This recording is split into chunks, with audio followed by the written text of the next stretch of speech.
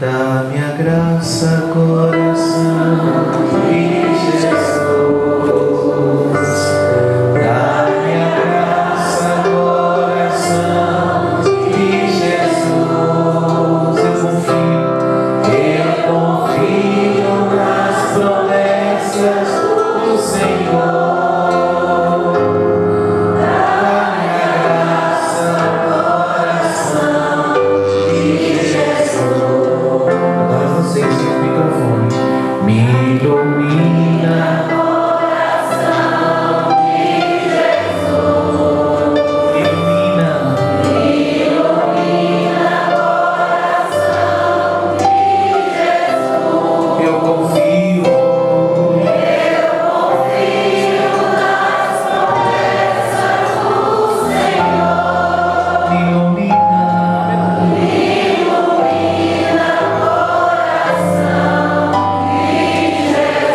mais uma vez, agora me abençoa, são vocês. Me abençoa, coração de Jesus.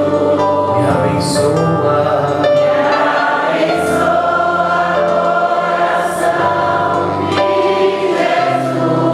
Eu confio nas promessas do Senhor. Me abençoa,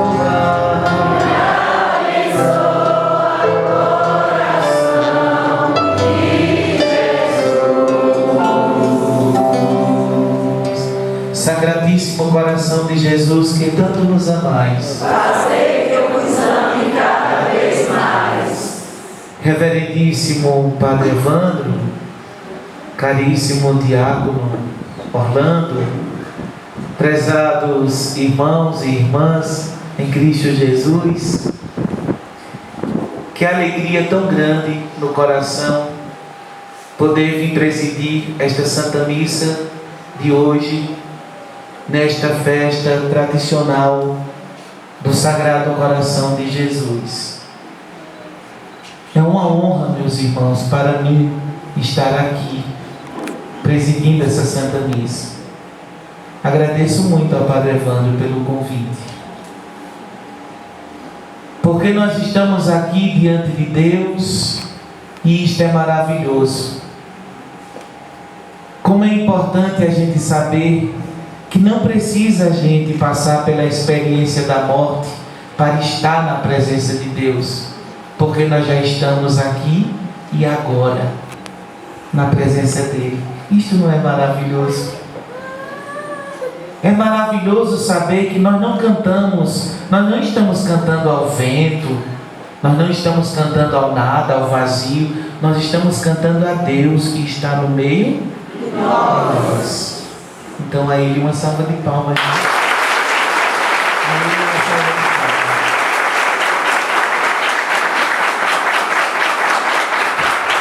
É tão bonito quando nós, padres, dizemos assim: o Senhor esteja convosco. Aí vocês dizem: Ele está no meio de nós. Ah, Padre, Ele está aqui, no meio de nós. E para a gente sentir como Ele está no meio de nós, vocês percebem quando tem uma missa solene que tem um incenso? Aí o diácono incensa o padre, incensa o ambão, incensa o altar. Depois o padre vai e se dirige a vocês, faz uma reverência à Assembleia e incensa a Assembleia. Quer dizer, vocês também são Jesus. Na Santa Missa, Jesus está presente no Padre que preside, na palavra que a gente escuta, na comida que nós recebemos que é santa, mas Jesus está presente em cada um que se reúne em seu nome. Ele está presente na Assembleia toda. Ele está presente em cada irmão e irmã que vem a cada noite celebrar a Santa Missa. É por isso que na igreja nós não somos apenas conhecidos. Não somos. Nós somos irmãos. Nós somos o corpo de Cristo. Nós somos o corpo de Cristo reunido. Eis aqui o corpo do Senhor. Quando o corpo do Senhor se levanta, é o corpo do Senhor que se levanta diante de Deus para bendizer, exaltar o Pai. É o corpo de Jesus que se levanta para glorificar a Deus. Quando a igreja inteira se levanta, é o próprio Filho de Deus que se levanta para dar honra e glória e para bendizer ao Pai, como Ele fez a vida inteira. A vida de Jesus foi louvar ao Pai, foi exaltá-lo, foi bendizê-lo, foi glorificá-lo. Ele veio para fazer a vontade do Pai. Quando alguém dizia: Senhor, olha, vamos descansar um pouco, vamos parar um pouco. Não, eu vim fazer a vontade do meu Pai. Não, é preciso ir adiante, é preciso ir em frente, porque eu vim para fazer a vontade do meu Pai. A preocupação dele era fazer a vontade do Pai. Qual deve ser a nossa preocupação? Fazer a vontade do Pai. Porque nós somos o corpo místico de Cristo. Nós somos a igreja viva do Senhor. Nós somos a igreja de Cristo, o corpo místico dele. É por isso que essa igreja permanece de pé. Essa igreja não permanece de pé, não é somente por causa dos seus líderes, dos ministros ordenados, daqueles que coordenam essa igreja, dos coordenadores. A igreja não permanece de pé por causa disso, não. A igreja permanece de pé porque ela é o corpo do Senhor, porque ela é o Filho de Deus no mundo. Ela é o Filho de Deus no mundo. Por isso que quem se levanta contra a igreja, ele se levanta, mas ele se levanta para cair. Ele se levanta para cair. Aquele que se levanta contra a igreja, ele se levanta só para cair. Porque a igreja é uma obra maravilhosa aos olhos de Deus. Não é simplesmente um grupinho de pessoas reunidos, fazendo boa vontade, fazendo coisas boas, não. A igreja é verdadeiramente o Filho de Deus presente no mundo. Quem vos recebe, a mim recebe. Quem vos recebe, a mim recebe, disse Jesus. Por isso que quem ama a igreja, quem respeita a igreja, respeita Jesus Cristo, ama Jesus Cristo, porque nós somos o corpo místico do Senhor. Ele é a cabeça e nós somos os seus membros. Tão frágeis, mas somos os seus membros. Então é maravilhoso saber que nós estamos aqui reunidos como a igreja do Senhor. Que Jesus está no meio de nós, que nós fazemos parte desse corpo maravilhoso, e cada vez que a gente se reúne, nós temos sempre a oportunidade de ouvir essa santa palavra, de escutar essa palavra que toca profundamente o nosso coração, que quando nós escutamos, ficamos assim maravilhados com a palavra que é dita para cada um de nós. Porque quando a Bíblia Sagrada se abre, como nós já falamos, é o próprio Deus que se dirige a nós como um Pai amoroso, que ama profundamente a cada um de nós e que fala ao nosso coração. Nós não adoramos a um Deus mudo, nós adoramos a um Deus vivo, e por isso mesmo Ele fala ao nosso coração. E a maneira mais segura dele falar ao nosso coração é justamente quando a Sagrada Escritura se abre e a gente se põe a escutar essa palavra. Estamos ouvindo o próprio Deus.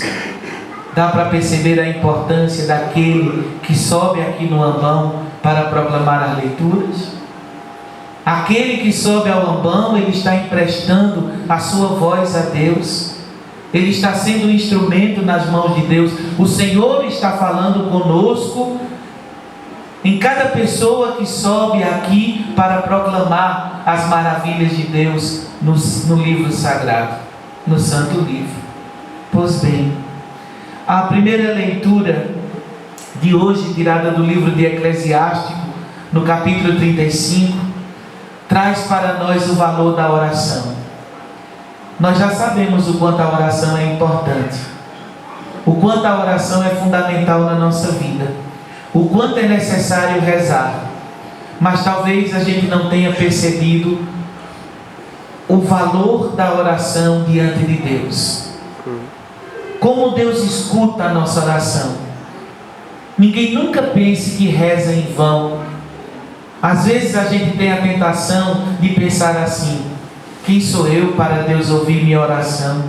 Não, Deus tem tantos filhos para ouvir, tantos filhos mais generosos do que eu. Quem sou eu para Deus escutar a minha oração? Eu rezo, mas eu tenho uma certa desconfiança que Deus talvez esteja muito ocupado em ouvir a minha prece. Coitado de nós quando pensamos assim. Como nós somos pobres nos pensamentos. De fato, a palavra de Deus diz: os vossos pensamentos não são os meus, diz o Senhor. A primeira leitura de hoje do livro de Eclesiástico diz assim, olha, o versículo 21. A prece do humilde atravessa as nuvens. Vamos dizer juntos? A prece do humilde atravessa as nuvens. Mais uma vez, por favor. A prece do humilde atravessa as nuvens. Ah, meu irmão, você não sabe o valor que tem a oração e a prece do humilde. Ah, nós não conhecemos o valor daquele que reza, daquele que tem o joelho no chão, daquele que se coloca diante de Deus e que clama, que implora, que suplica, que pede. Ah, este tem um valor. Esta oração é tão preciosa. E principalmente quando essa oração ela é revestida de profunda humildade. De profunda humildade. O livro do Eclesiástico diz: a prece do humilde atravessa as nuvens. Atravessa as nuvens. Então o que é importante na oração? A virtude da humildade. O que é ser humilde? Se não reconhecer o nosso nada, a nossa fraqueza diante do Senhor nosso Deus. Todas as vezes que nós vamos rezar, todas as vezes que nós nos colocamos em oração, essa virtude da humildade, ela deve sempre estar presente. Quando nós, na Santa Missa, e a igreja ensina isso há séculos, na estrutura da missa, a gente vê o quão valioso é pedir perdão antes de começar a oração. Preste atenção na Santa Missa. Na missa, nós pedimos perdão ao Senhor no início, no fim, no meio. Estamos sempre pedindo perdão a Ele. Por algo, por alguma coisa. Sempre estamos observando dentro de cada um de nós o que ainda é imperfeito para pedir perdão a Ele que é todo perfeito. O primeiro ato na Santa Missa, quando nós nos reunimos, é justamente esse: pedir perdão. Logo quando o Padre faz em nome do Pai, do Filho e do Espírito Santo, convida toda a Assembleia: vamos agora, diante do Deus justo e santo, pedir perdão pelos nossos pecados. Olha a virtude da humildade, o reconhecimento diante de Deus. Então é muito importante quando nós em nossa casa, quando na nossa oração pessoal, nós dobramos o nosso joelho e nós também nos revestimos da virtude da humildade. Como é importante uma oração de alguém que aprendeu a ser humilde. Mesmo em nossa casa, nós podemos dizer, depois do em nome do Pai, começar sempre dizendo: Senhor, diante de Tua santidade, eu preciso em primeiro lugar pedir perdão pelos meus inúmeros pecados. Te pedir perdão porque quem sou eu para me dirigir a Ti, para pronunciar o Teu nome? Eu, pobre pecador, um vermezinho que sou. Mas eu venho diante de Ti, confiando na Tua misericórdia, que Tu és um Pai misericordioso e que ama não somente o santo, mas ama também o pecador. E é por isso que eu entro também aqui para Te suplicar, para pedir, para implorar diante de Ti. A nossa oração, ela não deve ter um tom de exigência. Às vezes a gente reza como um menino mal criado, uma criança que precisa ser educada. Criança, quando precisa ser educada, exige do pai as coisas. Me dê, vá, eu quero, agora. E o pai e a mãe vai dizer: não, por mais que eu ame você, não é jeito de você me pedir isso. Eu não vou dar a você porque você está exigindo de mim. Alto lá. Alto lá. E o pai e a mãe começam a ensinar a criança como ela deve pedir as coisas. Isso é uma coisa maravilhosa. Diante de Deus nós nos comportamos muitas vezes assim, infelizmente. Ah, Senhor, eu quero, Tu vais me dar, eu preciso, é agora, é nessa hora. Enquanto nós deveríamos dizer: Senhor, seja feita a vossa vontade. Se Tu quiseres, Senhor, se for de Tua vontade, se Tu quiseres, se assim for o Teu desejo, não é? Se assim for o Teu desejo, então que se realize.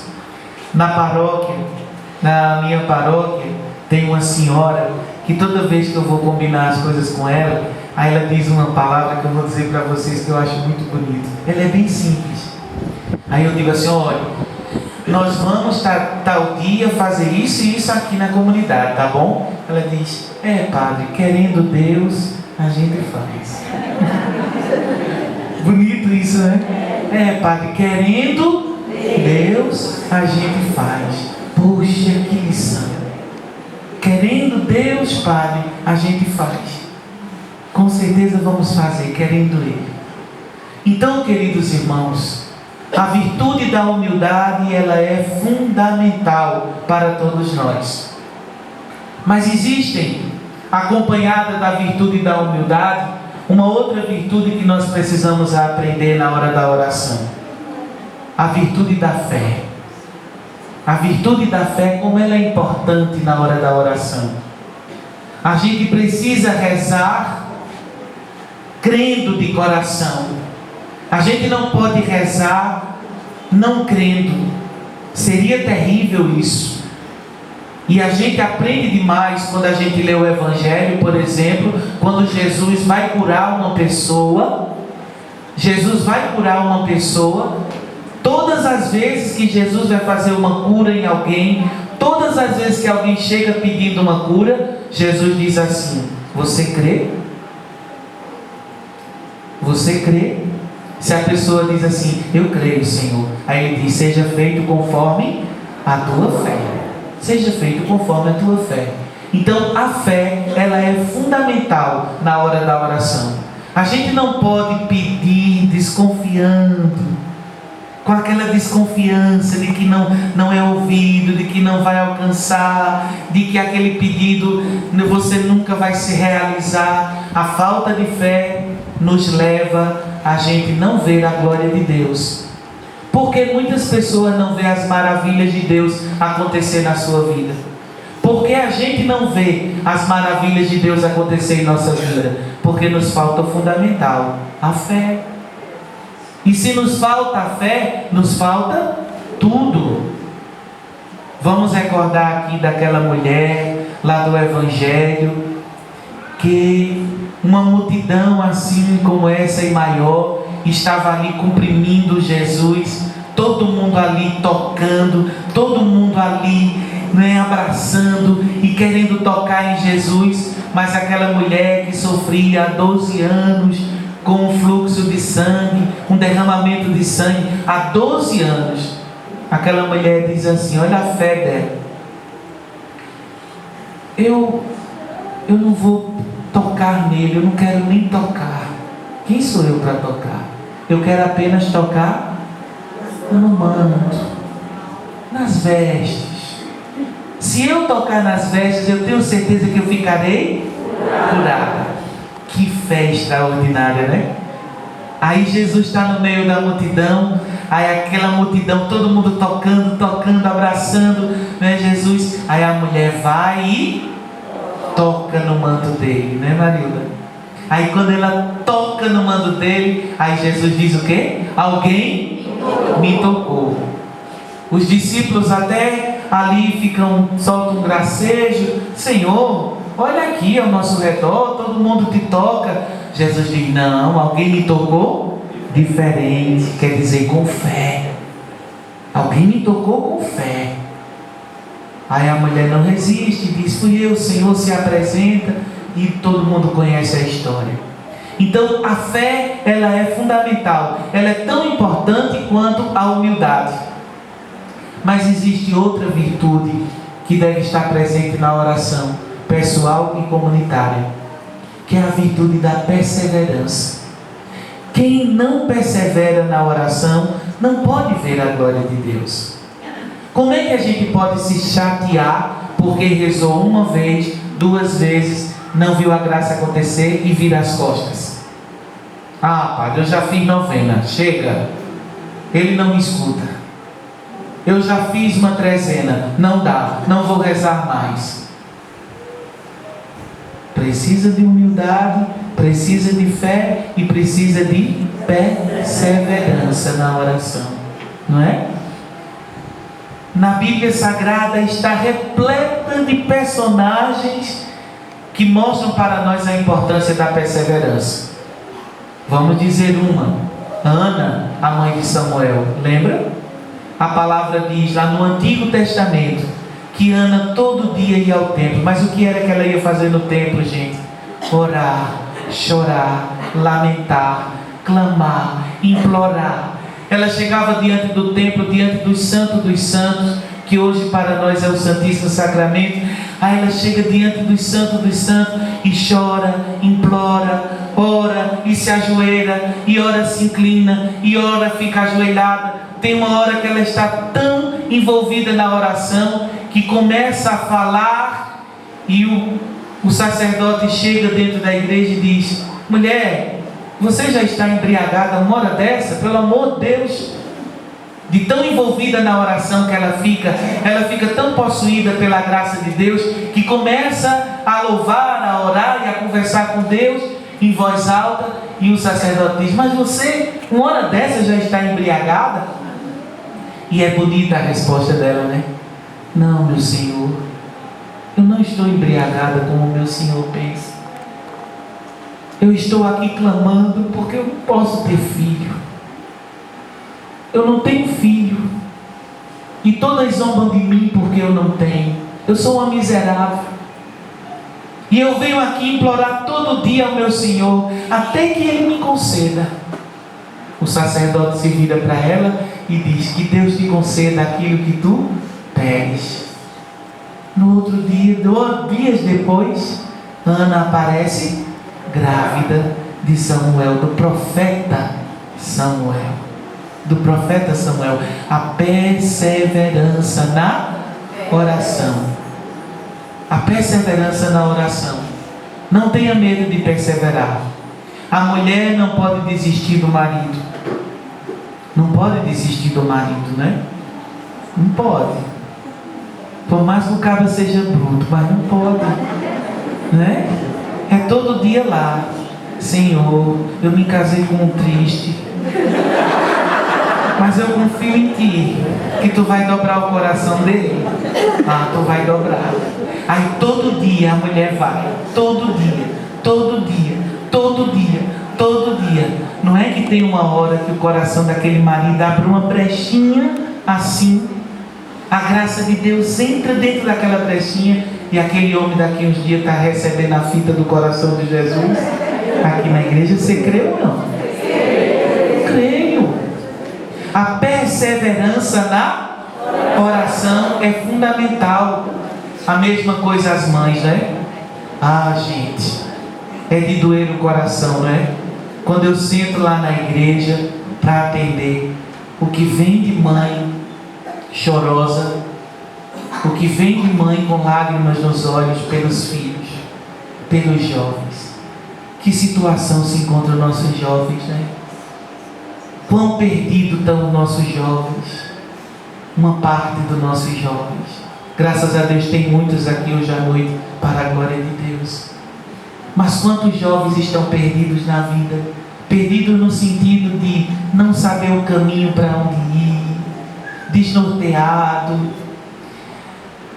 Por outro lado, sendo apresentado para eles o mundo das drogas, sabe? E tantas outras fantasias que o mundo apresenta. E o jovem ali e as mães naquele tormento, naquela dor. Tem hora que eu não suporto. Sei que Padre Evandro também é a mesma coisa. Chora ela e eu junto.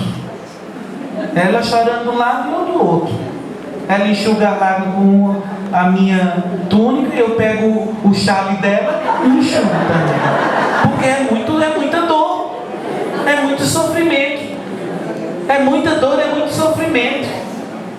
Entende? É muita dor, muito sofrimento, muito drama forte dentro das famílias. É muitos jovens se perdendo. Então, a fila de mães que clamam, que suplicam, que oram. E o que nós podemos dizer diante do sofrimento? Né? Porque diante do sofrimento a gente se cala totalmente. Porque o sofrimento é um mistério tão profundo, é um mistério tão grande que a gente fica assim, pasmo diante do sofrimento. Eu sei que vocês já sentiram isso, não é? Por exemplo, quando a gente vai em um velório, quem é que tem palavra para dizer no velório? Alguém tem?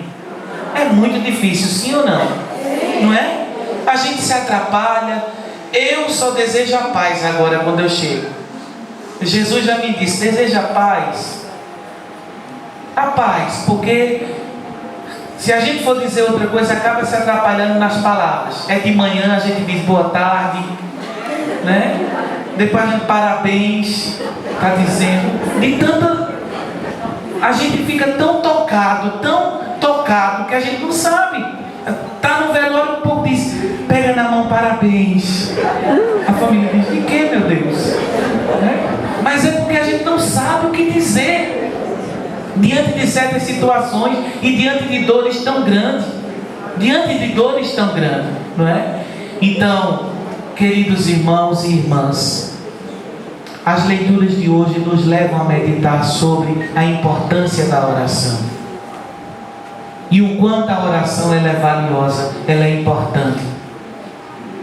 É tão forte a oração. Que coisa maravilhosa, né? A gente vê os filhos que moram fora, as mães, né?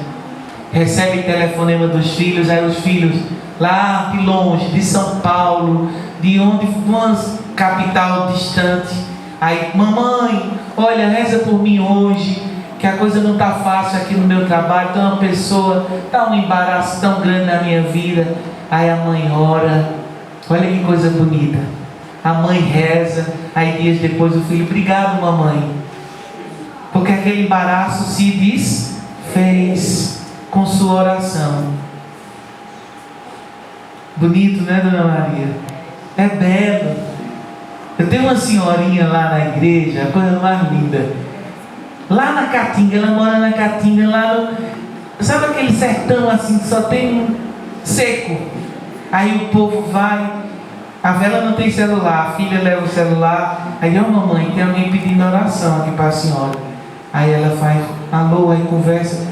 Ah, meu filho, tá engasgado, com espinha? Vou fazer agora a oração, viu? Aí vai, tá, rapaz, espinha, pula da boca da pessoa. Olha a fé, a confiança, a importância da oração. Como é importante a oração. A gente deve levar tão a sério. Um dia Jesus me chamou a atenção, porque a gente deve levar muito a sério quando alguém diz assim para nós, reza por mim. Viu? A gente não pode somente dizer, tá, ok, certo, e se esquecer.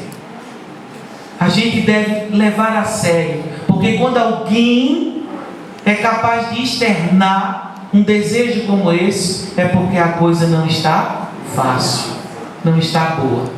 Então a gente deve, nas nossas orações pessoais, além dos nossos pedidos e todos os nossos desejos, as nossas necessidades, a gente dizer, olha Senhor, eu vou oferecer esse mistério do terço aqui por Dona Fulana, Dona Ciclana, que hoje me pediu oração.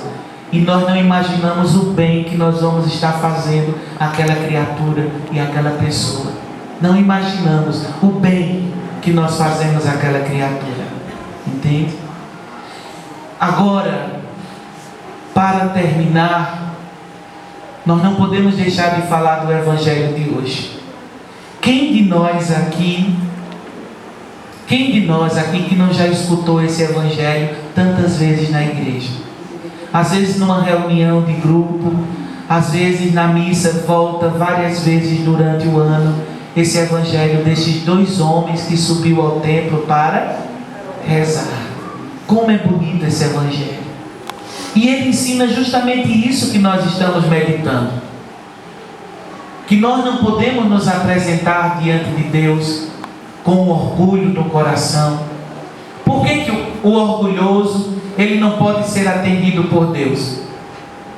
Por que Deus não atende o orgulhoso? Porque o coração do orgulhoso incha e não permite que a graça de Deus entre dentro dele. Quando a gente olha para a parábola do Evangelho de hoje, a gente vê esse primeiro homem que entrou dentro da igreja elogiando mais a si mesmo do que a Deus. Elogiando mais a si mesmo do que a Deus. Falando mais de si mesmo do que do próprio Deus. Na verdade, ele estava adorando a ele próprio. Com aquela história de dizer: eu pago meu dízimo, certo? Eu dou minha oferta, eu jejum não sei quantas vezes por semana. É assim que nós devemos nos apresentar diante de Deus?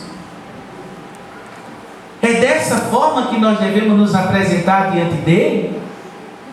E o Evangelho de hoje é bem claro de dizer que Jesus, ele escuta a voz daquele segundo homem, não porque ele é um pobrezinho, um pecador, mas porque existe dentro dele algo que Jesus precisa encontrar dentro do nosso coração.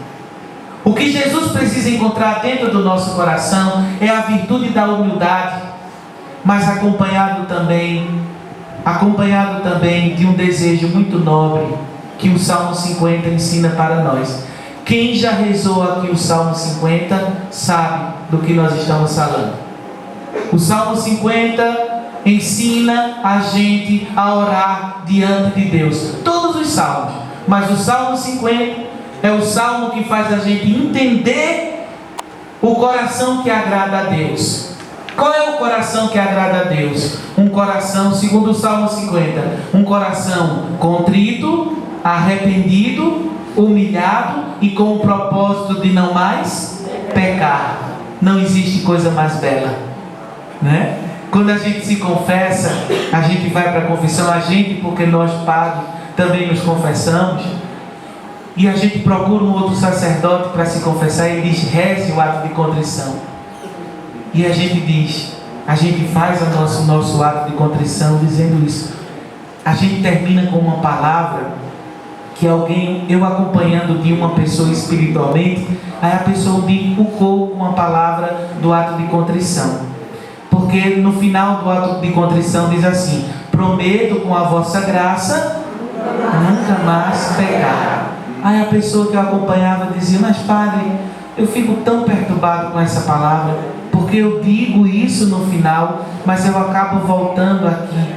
Eu digo: meu filho, mas é o seguinte, nós temos que sair daqui com este propósito.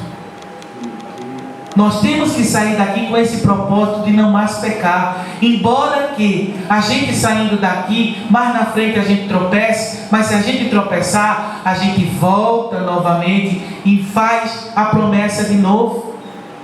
Porque não há nada mais bonito do que um coração arrependido. Não há nada mais belo do que um coração que se arrepende do mal que fez. Não há nada mais bonito do que uma pessoa que está tendo uma segunda chance, que está tendo uma oportunidade na vida. Que coisa linda é a gente ver alguém que está se levantando dentro da igreja. Quando nós tivermos a oportunidade de ver alguém se levantando dentro da igreja, não critique. Alguém que errou, que caiu, alguém que se machucou, alguém que se feriu, que feriu alguém que errou profundamente, que magoou, ou que cometeu um pecado escandaloso. Mas por que todos não merecem uma segunda chance? Por que nós temos o hábito de condenar e de ser juiz das pessoas? Por quê? Por que nós não somos misericordiosos como Deus é misericordioso? Nós devemos ser misericordiosos como Deus é misericordioso. Existem atributos de Deus que devem estar presentes na nossa vida? Sim. E quando a gente vê alguém cair, alguém tropeçar, alguém cair dentro da igreja, nós devemos não pisá-lo e continuar empurrando na lama, porque não é isso que Deus faz. O que a gente aprende quando a gente lê a palavra de Deus? Que Deus não se contenta com a morte do pecador, mas antes Ele deseja que o pecador se arrependa, que o pecador mude de vida, que o pecador transforme o seu coração. É isso que Ele deseja. Deus não sente prazer quando a gente erra ou quando a gente cai. Quando nós caímos, quando nós erramos, o Senhor lá do céu não diz assim: eu não disse a você, bem feito, agora eu vou espizinhar em cima de você. Não. Quem tem esse papel de espizinhar ainda mais, de machucar ainda mais, é o demônio. Porque o demônio arma a cilada para nós. A arma a cilada, apresenta toda a cena. Ele não nos empurra porque Ele não tem autoridade de nos tocar. Ele não pode nos tocar. Mas Ele arma toda a cilada e deixa que a gente caia. E quando a gente cai, Ele ainda espizinha em cima de nós e diz: olha aí, tá vendo? Olha aí o que você fez mais uma vez. Olha o que você foi capaz de fazer de novo. Você não presta. Você não presta, você não serve para nada, você é um inútil. E a mente mais fraca acompanha aquele raciocínio e acaba se perdendo, não voltando mais à igreja, não voltando mais para a casa de Deus, não se confessando, acaba por desfazer todo